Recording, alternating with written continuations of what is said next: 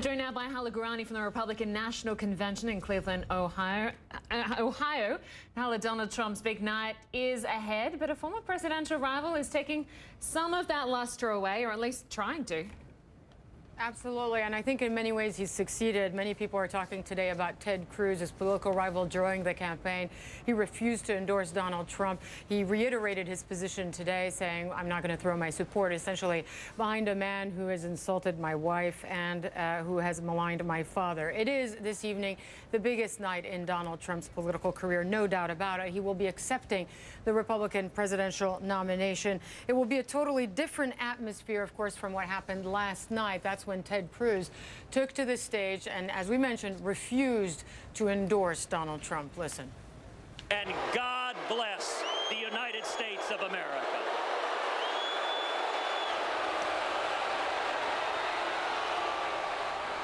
Well, Heidi Cruz's wife even had to be escorted out of the building. Not a popular guy in this arena yesterday. You can hear the boos there aimed at Ted Cruz. This morning, he was unapologetic over his Trump snub and explained why in a speech to delegates from his home state of Texas. Hey, Mariah. When I stood on that debate stage and they asked every candidate there, if you don't win, will you support the nominee? I raised my hand, and I raised my hand enthusiastically with full intention of doing exactly that. And I'll tell you the day that pledge was abrogated. The day that was abrogated was the day this became personal. And as I said at the time, and I'm not going to get into criticizing or attacking Donald Trump, but I'll just give you this response. I am not in the habit of supporting people who attack my wife and attack my father.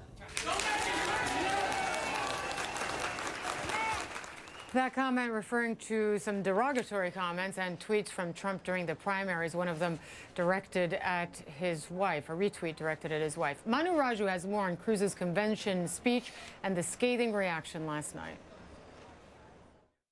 I want to congratulate Donald Trump on winning the nomination. It was all downhill from there.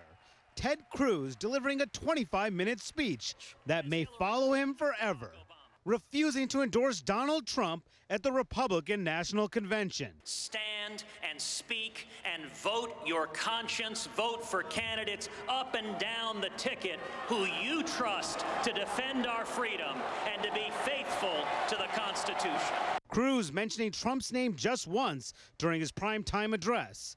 The crowd angrily interrupting the speech.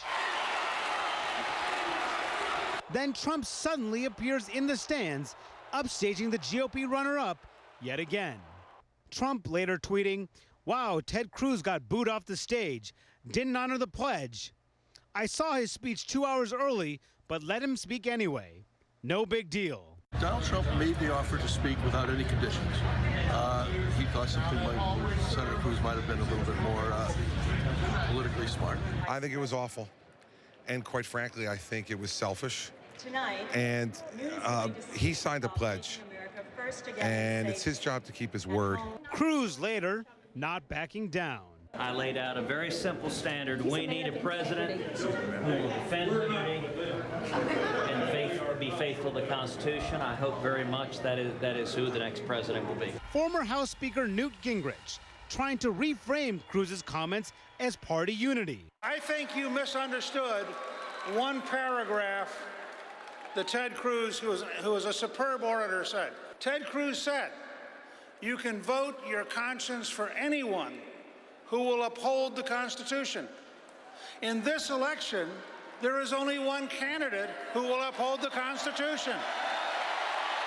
The only possible candidate this fall is the Trump-Pence Republican ticket. But angry delegates in the arena couldn't be subdued.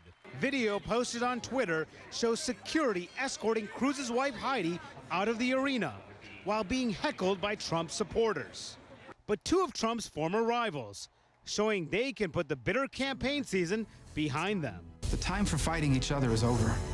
It's time to come together. A vote for anyone other than Donald Trump in November is a vote for Hillary Clinton. Trump also getting more support from one of his kids. It is such an honor to be here for a man I love so much. The Republican nominee listening in the audience as his son Eric praised him. My father has revitalized rundown neighborhoods, shaped skylines across the country, and turned dreams into reality his entire career. It's what he does.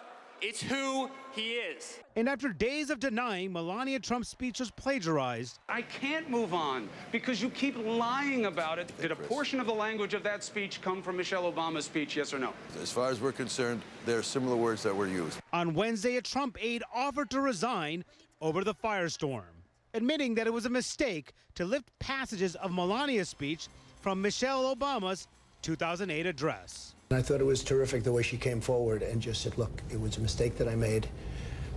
And she thought it was very unfair to Melania.